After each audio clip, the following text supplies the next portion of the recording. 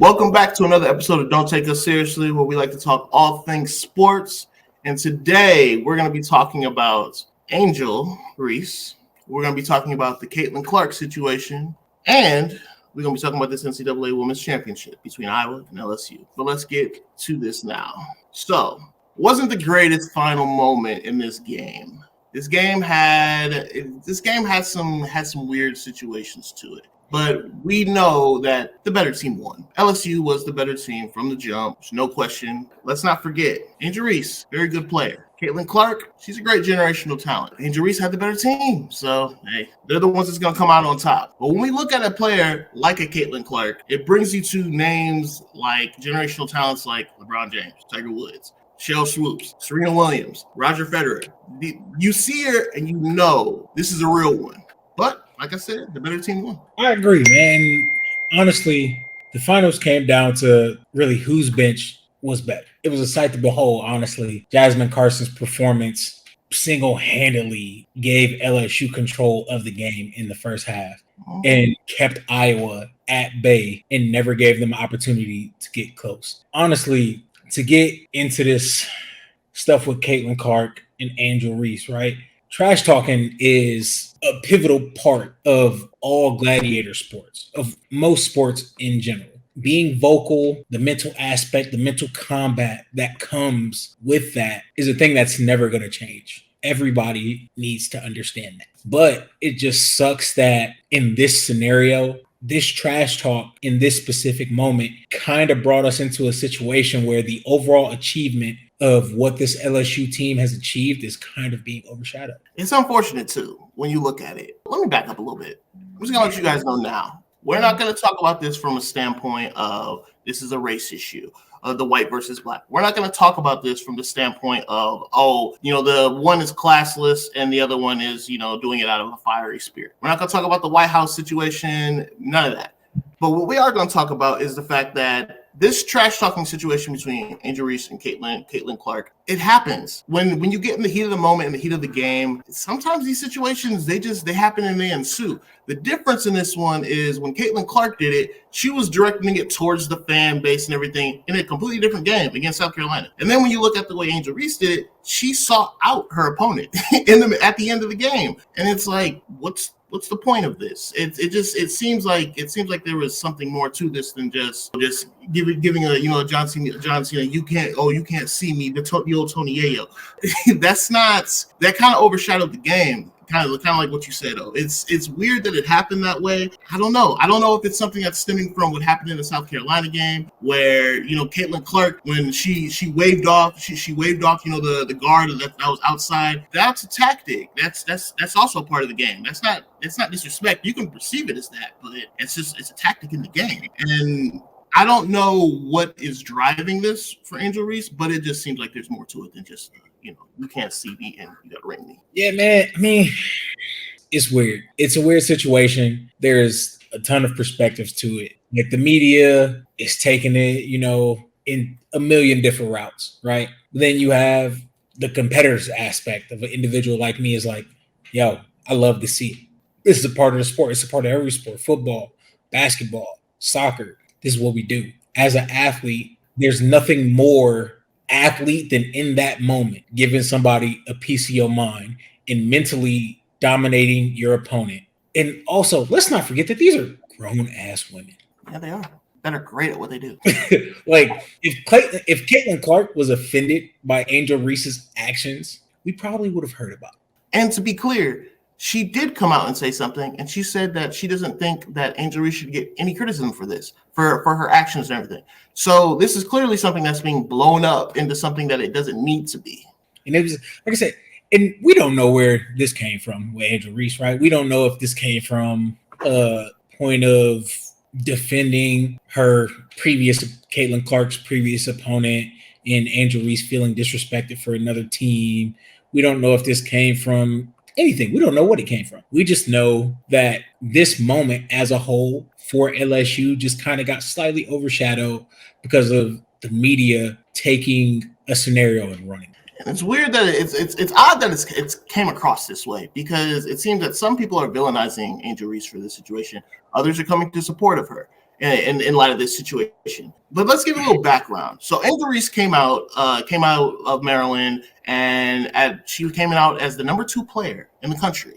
She goes to Maryland. She has some injuries, has some circumstances happen, and she ends up transferring and going to LSU. They win the national championship. That sounds like a great story, and it is.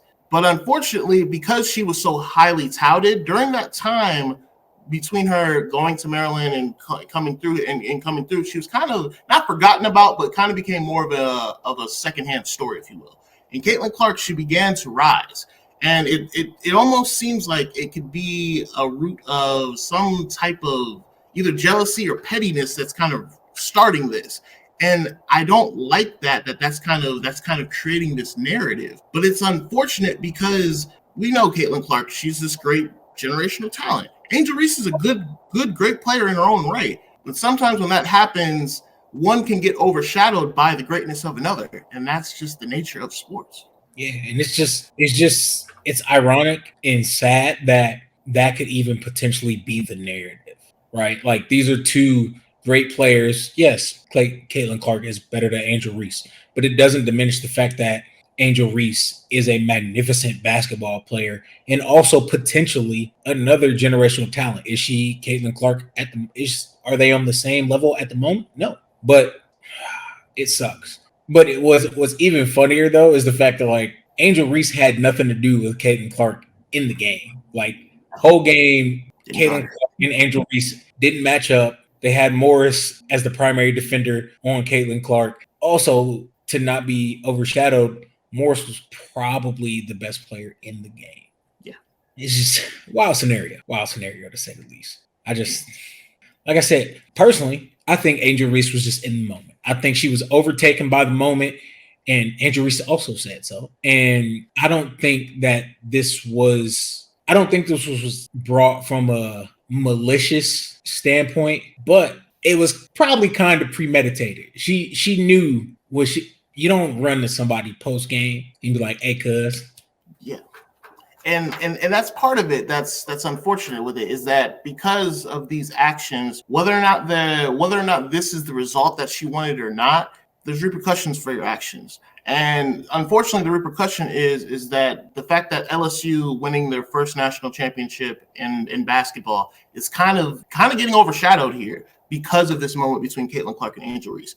It's unfortunate. It's not the way that we wanted it to go, and it's not the situation that we ideally wanted to see. We go and we look at this. Caitlin Clark has been doing stuff in these playoffs that's been crazy. I mean, she's had single season accolades that we've never seen in sports, period, in college sports, period. I mean, the first player to have a 40-point triple-double. First person in women's NCAA basketball to have back-to-back 40-point games.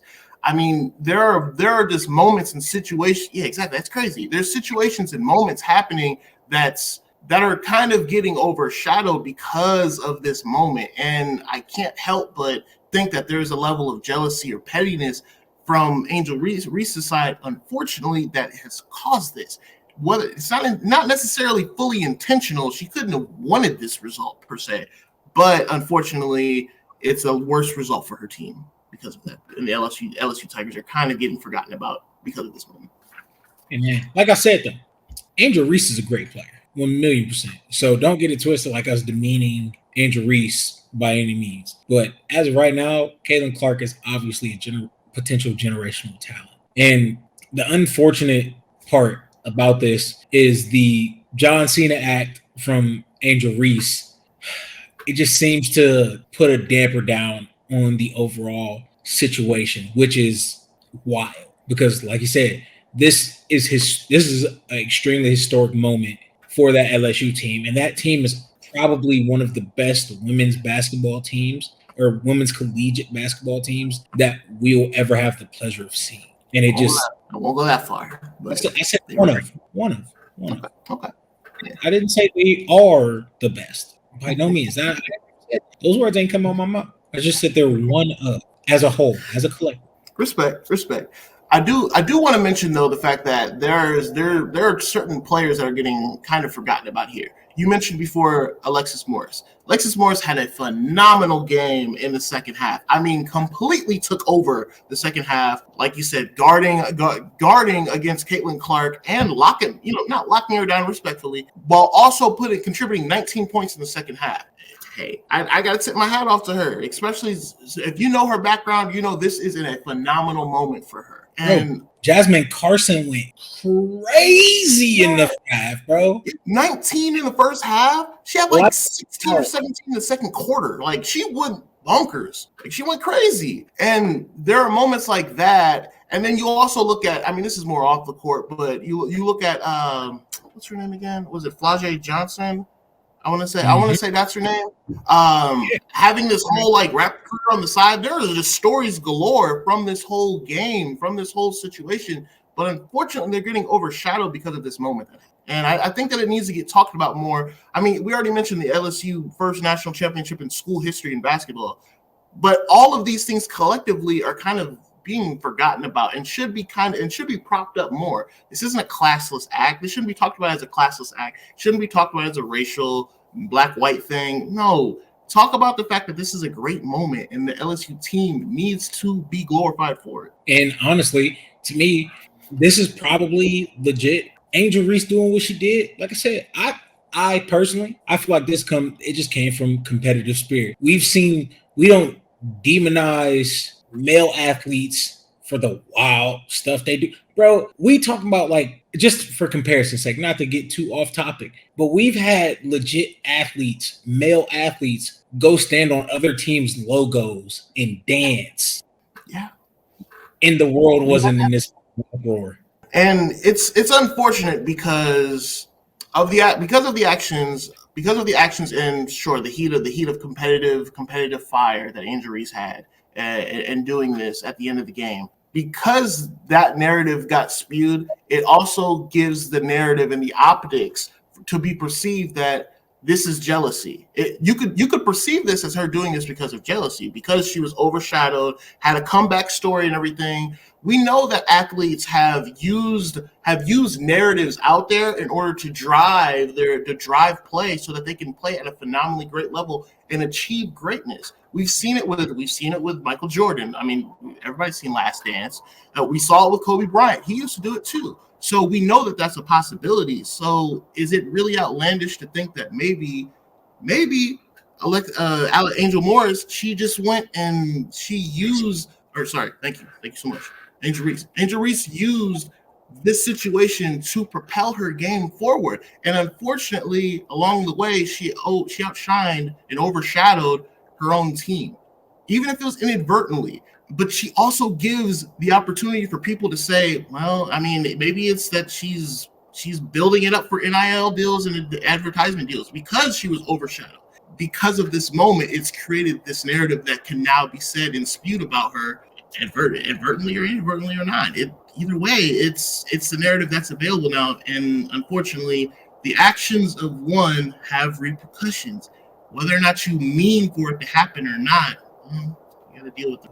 Yeah, perspective is everything in every aspect of life. But folks, we'll holla at y'all on the next episode. We appreciate y'all coming and kicking it with us. It's your boy O. It's DJ. And we appreciate y'all kicking it with us on Don't Take Us Seriously podcast. Don't forget to like, share, and subscribe. And if you got anything you'd like to say or hear from us, please put it below in the comments. We appreciate it. Peace.